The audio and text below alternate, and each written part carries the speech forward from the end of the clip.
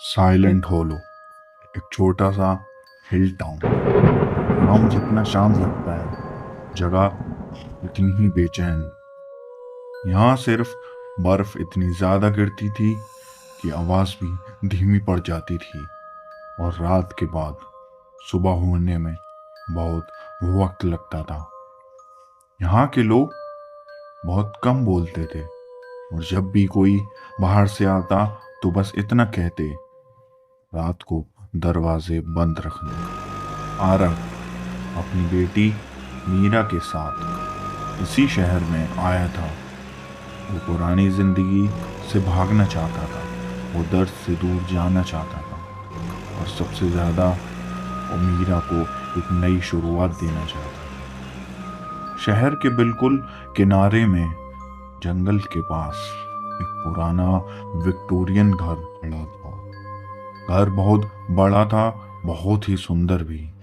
लकड़ी के दरवाजे और बड़ी बड़ी खिड़कियां और बर्फ से ढकी हुई छत। अजीब बात यह थी कि इतना सुंदर घर बहुत सस्ते में मिल रहा था, जैसे कोई चाहता हो कि बस कोई आए और उसके अंदर रहने लगे। घर के अंदर फायरप्लेस जल रही थी, आग की लौ हिल रही थी, पर कमरे में गर्मी बिल्कुल भी नहीं थी। आरव को महसूस हुआ जैसे ठंड हवा से नहीं, जमीन से आ रही हो, जैसे घर खुद ठंडा सांस ले रहा हो। मीरा बिल्कुल चुपचाप थी, नॉर्मल बच्चों जैसी नहीं। वो एक कोने में खड़ी थी, अपना रैबिट हाथ में पकड़े हुए। ऐसा लग रहा था जैसे वो घर को नहीं देख रही, घर उसे देख। थोड़ी देर बाद मीरा ने धीरे से कहा, पापा। आरव ने मुड़ कर देखा, बोला, हाँ बेटा। मीरा ने आवाज और धीमी कर ली, बोली, ये घर अजीब है। आरव ने हल्के से मुस्कुरा के कहा, अरे नया घर है ना, इसलिए लग रहा है। पर मीरा ने आगे कहा, पापा, ये घर सांस लेता है। आरव कुछ कह नहीं पाया, क्योंकि उसी पल उसे भी दीवारों के अंदर से फुस फुस जैसे सांस लेने की आवाज सुनाई दी। रात हुई और घर बदलने लगा। फायरप्लेस अपने आप बुझ गई, दरवाजे बिना हवा के बंद होने लगे। ऊपर से कोई चलने की आवाज आई, धीमी, भारी, जैसे कोई पैर घसीट रहा हो। आरव जानता था, पर कोई कमरा नहीं था।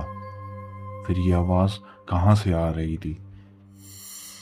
तभी मीरा उस वक्त रात को सोने चली गई। मीरा रात को उठकर बोली, पापा, मेरे पास कोई खड़ा है। आरव ने टॉर्च जलाई, लेकिन रूम खाली था, पर बेड के पास का फ्लोर इतना ठंडा था जैसे कोई अभी अभी वहां से हटा हो। अब रात के 3 बज रहे थे। टप टप टप टप। आरव बाहर गया।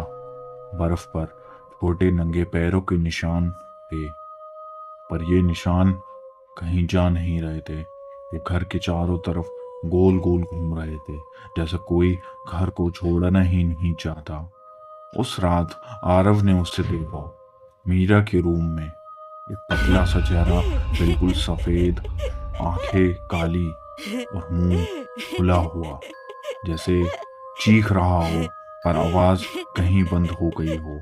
और तब आरव समझा, वो चेहरा बहुत इंसानी चेहरों से अलग था, थोड़ा ज्यादा ठंडा था और बिल्कुल बेजान। आरव समझ गया कि ये जगह कुछ अजीब है। फिर उसी रात के बाद घर ने धीरे धीरे सब कुछ अपने हाथ में लेना शुरू कर दिया। मीरा रात को बिना बोले उठकर हॉल में खड़ी मिलती थी। वो नींद से चलती हुई हॉल की तरफ आ रही होती थी, और कभी कभी आरव को उसकी आवाज सुनाई देती थी, पापा इधर आओ। जब आरव पीछे मुड़ के देखता तो वहां कोई नहीं होता था। और जब आरव आरव मीरा के कमरे में जाता तो वो सो रही होती थी। फिर आवाज उसको किसकी सुनाई देती थी, वो ये सोचने में लग गया था।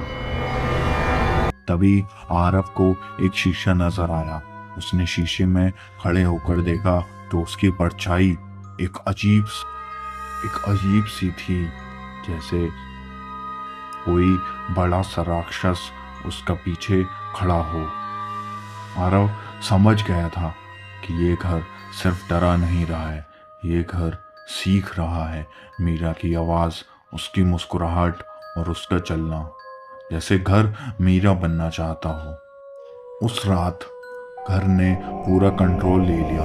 दरवाजे जम गए, दीवारों से हाथ निकलने लगे, छोटे बच्चों की हंसी गूंजने की आवाज आने लगी। मीरा ने कहा, पापा ये घर मुझे जाने नहीं देगा। आरव चिल्लाया और बोला, मेरी बेटी को छोड़ दो। उसी पल घर की दीवारों पर बर्फ जमने लगी। मीरा धीरे धीरे उस बर्फ के अंदर घुलने लगी, जैसे वो हमेशा से इसी घर का हिस्सा थी। और तभी आरव भी बेहोश हो गया और उसको सपनों में आया कि सालों पहले ये घर एक औरत और उसके पति ने अपने हाथों से बनाया था। ये उनका सपना था, पूरे इलाके का सबसे सुंदर घर। टूरिस्ट बहुत दूर दूर से आते थे और उस घर की तस्वीरें लेते थे और उन्हें तस्वीरों के बदले कुछ पैसे भी देते थे। पर पड़ोसियों को ये बर्दाश्त नहीं हुआ। जलन बढ़ती गई और एक रात उन्हें प्लान बनाया कि इस घर को आग लगा देते हैं। और उन लोगों ने उस घर को एक रात आग लगा दी। तभी दोनों जिंदा जल गए और उनका दर्द इसी घर में रह गया। तभी से उन दोनों की आत्मा उस घर में जिंदा है। आज भी वो घर खड़ा है, सुंदर, शांत, बिल्कुल नॉर्मल। पर रात को अगर ध्यान से सुने तो दीवारों के अंदर से दो लोगों की सांस सुनाई देती है और एक बच्चे की आवाज, पापा ऑलमोस्ट होम।